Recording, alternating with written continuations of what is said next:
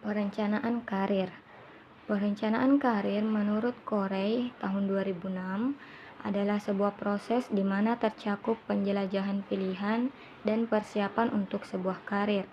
Perencanaan karir bisa juga sebagai rencana seseorang untuk mendapatkan proses kenaikan jabatan atau pangkat sesuai persyaratan yang ada dan kemampuan yang dimilikinya. Jadi perencanaan karir adalah usaha untuk membuat rencana jenjang apa saja yang akan kita duduki di perusahaan yang kita incar. Apakah karyawan biasa ada kesempatan untuk menjadi seorang direktur? Nah, kita harus mengamati dan mengumpulkan informasi untuk mendapatkan gambaran persyaratan atau kemampuan apa nih yang harus kita kuasai agar bisa naik jabatan. Lalu, jika kita sudah mengetahui persyaratannya, apa yang harus kita lakukan agar bisa mencapai posisi tersebut? Misalnya, kalau kita pada awalnya merupakan seorang guru, lalu ada rencana untuk menjadi dosen, maka jelas yang semula pendidikan berijazah S1 mengambil kuliah lagi untuk S2 agar mengajukan diri menjadi dosen. Tujuannya apa sih harus merencanakan karir?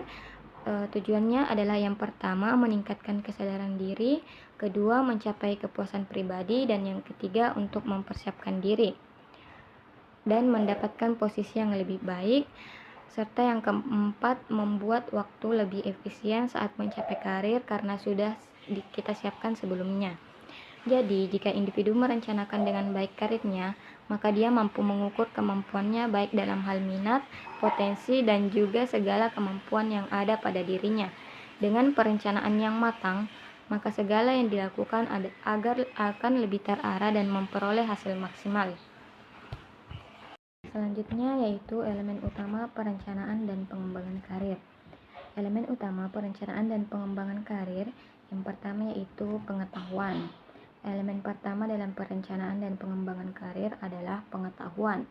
Pengetahuan ini meliputi tujuan yang jelas setelah mencapai pendidikan. Jadi, ketika kita selesai kuliah S1, apa rencana selanjutnya yang kita miliki? Apakah cukup sampai jenjang S1, lalu mencari pekerjaan yang sesuai dengan jurusan, ataukah kita akan lebih memilih melanjutkan pendidikan ke jenjang selanjutnya? Jadi, pengetahuan berhubungan langsung dengan kerja otak. Indikasi sosialnya seberapa pintar kita di antara yang lain. Alat ukurnya tentu nilai-nilai yang kita dapatkan, seperti contohnya ketika kuliah, proses pembelajaran kita diukur melalui IPK yang kita dapatkan. Kita dapat melihat beberapa lowongan seringkali mencantumkan persyaratan IPK dalam deskripsi pekerjaan tersebut. Sesuaikan serealistis mungkin antara kenyataan yang ada di lapangan dengan kemampuan yang ada dalam diri kita. Dengan demikian, kita bisa mengukur diri, di mana perlu dibedakan kemauan dari kemampuan yang kita miliki. Kemudian itu adalah hasrat diri sementara kemampuan adalah potensi diri. Yang kedua yaitu sikap. Apa sajakah yang termasuk dalam sikap itu?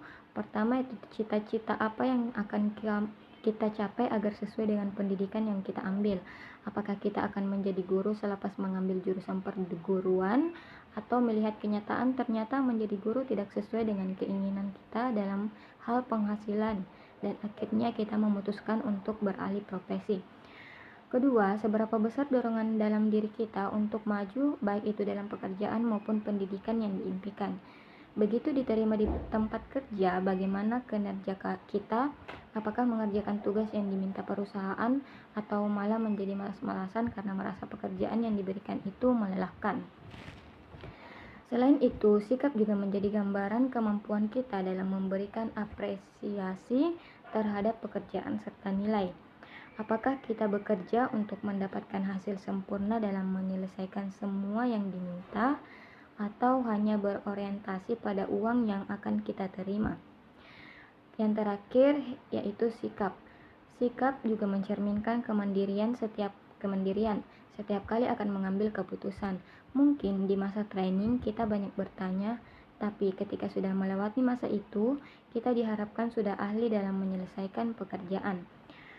Jadi, meskipun kita pintar secara akademis, apakah kita memiliki sikap yang dibutuhkan perusahaan? Apakah kita individualistis ataukah mampu bekerja dalam sebuah tim? Orang yang memiliki sikap baik akan lebih dipilih oleh perusahaan. Karena pada dasarnya, kerja di perusahaan adalah kerja tim, bukan perorangan. Dan yang ketiga, keterampilan. Hal-hal yang termasuk dalam keterampilan adalah adanya kemampuan mengelompokkan pekerjaan yang memang diminati, lalu menunjukkan cara nyata dalam menggapai cita-cita. Jika kita hanya pintar secara teori atau ilmu, tapi begitu terjun ke lapangan kita serba tidak tahu, maka akan sulit untuk kita terus maju melewati jenjang karir. Tahapan perencanaan dan pengembangan karir adalah tahapan waktu dan usia yang akan diawali dengan masa masuk kerja sampai masa pensiun. Tingkat demi tingkat atau step by step yang akan dijalani dalam perusahaan dan pengembangan karir, yaitu yang pertama, tahap awal atau pembentukan. Nah, pada tahap ini pegawai akan berusaha mencapai kebutuhan untuk rasa aman, euforia masuk ke tempat kerja, apalagi yang memang dicita-citakan. Di tahap ini pegawai begitu semangat akan dunianya yang baru.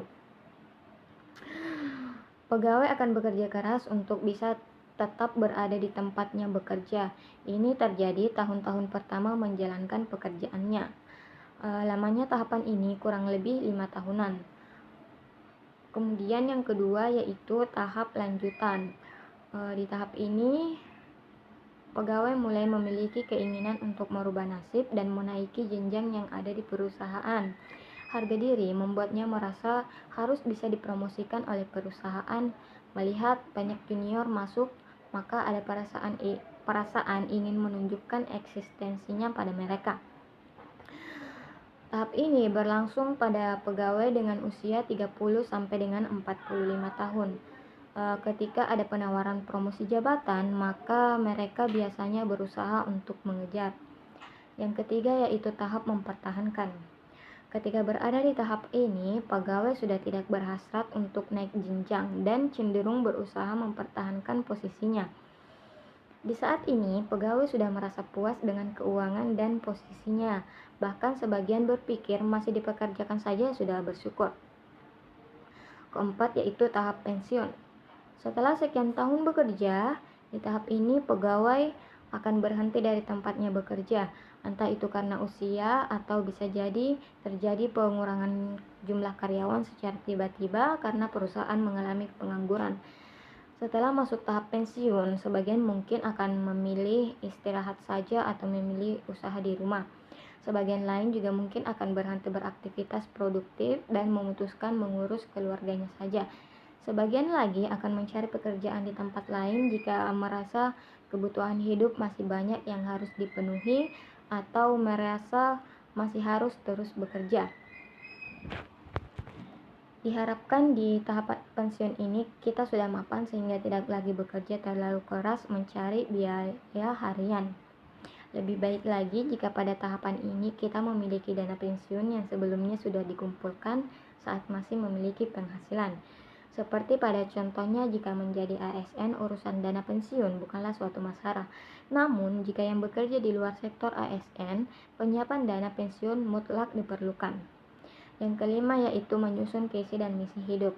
Visi dan misi hidup adalah panduan untuk merencanakan hidup setidaknya untuk 5 tahun ke depan.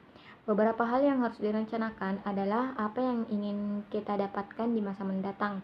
Apakah kita ingin punya kendaraan terlebih dahulu atau rumah? Kemudian kita membayangkan dalam beberapa tahun mendatang kita akan menjadi apa dan pencapaian apa yang saja yang sudah kita dapatkan. Jika 5 tahun atau 10 tahun ke depan terlalu jauh untuk dibayangkan, kita dapat melihat dalam jangka waktu pendek terlebih dahulu. Misalnya tahun depan, yang terpenting adalah memiliki gambaran sehingga bisa dipastikan langkah selanjutnya untuk mencapai itu. Visi dan misi ini perlu untuk memberi sugesti dan motivasi kita agar mendapatkan kesuksesan. Kemudian yang keenam yaitu fokus menggali kemampuan diri. Coba dicermati dan menilai diri sendiri. Sebenarnya apa kekurangan dan kelebihan yang kita miliki? Misalnya kita merupakan seorang yang suka menulis. Kalau kita menampilkan karya tulis di media sosial, banyak yang memberikan like, komen, dan bahkan membagikan karya tulis kita, mungkin kita memiliki potensi di bidang tersebut. Selanjutnya, bakat tersebut bisa terus diasah dengan mengambil jurusan yang berkaitan dengan dunia menulis atau pelatihan khusus menulis. Kemudian yang ketujuh yaitu mengevaluasi diri. Jika misalnya kita pernah mengalami kegagalan di suatu tempat, coba kita melakukan evaluasi di mana letak kesalahannya. Apakah ada ketidaksesuaian minat kita dengan pekerjaan? Apakah ketidakmampuan kita dalam bekerja dengan tim, atau memang tekanan kerja dari atasan terlalu berat? Dengan pengevaluasian diri, kita bisa belajar dari kegagalan tersebut dan memperbaikinya di tempat yang baru. Kemudian yang ke-8 yaitu mencari informasi mengenai karir terkini. Mencari informasi saat ini sudah sangat dimudahkan, sehingga tidak ada alasan bagi kita untuk buta informasi. Jika memang kita menyukai dunia digital, maka cari tahu di mana kita bisa memiliki karir gemilang dan sesuai dengan yang diharapkan. Kemudian yang ke-9 yaitu membuat rencana karir path. Pada langkah ini kita memetakan cara atau strategi yang bisa kita kerjakan untuk mendapatkan karir yang kita inginkan. Misalnya jika kita ingin menjadi seorang guru profesional, selepas pendidikan S1 di tahun awal dapat mencoba membuka les untuk anak-anak tetangga terdekat dengan bayaran seadanya. Lalu di tahun berikutnya mencari sekolah biasa untuk mengejar tanpa melihat seberapa besar uang yang didapat dan fokus pada pengalaman yang didapatkan. Barulah tahun selanjutnya kita dapat memulai mencari sekolah besar yang sudah berkualitas di kota kita untuk meningkatkan kemampuan diri. Adapun manfaatnya, menurut Martoyo tahun 2007 mengungkapkan 7 manfaat dari perencanaan dan pengembangan karir, yaitu yang pertama membantu para karyawan yang terlihat berpotensi untuk maju agar dapat dipromosikan. Yang kedua, membuat perputaran karyawan menurun. Yang ketiga, menetapkan perhatian pada karir individual, juga menjaga loyalitas pekerja pada perusahaan tempat mereka bernaung. Kemudian, mendapatkan informasi tentang karyawan sehingga perencanaan karir akan mendorong individu atau kelompok dalam perusahaan untuk mencapai posisi yang diinginkan. Kelima, yaitu merangsang semangat kerja karyawan untuk bisa tumbuh dan berkembang serta mendapatkan sasaran karir yang diinginkan. Dan keenam, perencanaan karir dapat mengangkat ulang para karyawan yang berkualifikasi untuk maju sehingga bisa mengurangi terjadinya penimbunan perencanaan karir, berarti adanya penghargaan terhadap individu karyawan, yang berarti pula adanya pengakuan dan penghargaan terhadap prestasi individu sehingga memuaskan kebutuhan karyawan.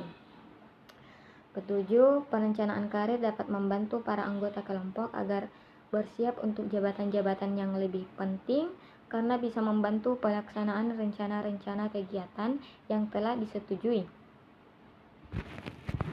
Selanjutnya yaitu manfaat perencanaan dan pengembangan karir menurut Rifai tahun 2009, di mana manfaatnya yang pertama yaitu memberi strategi yang jelas sekaligus pemilihan staf dan karyawan intern.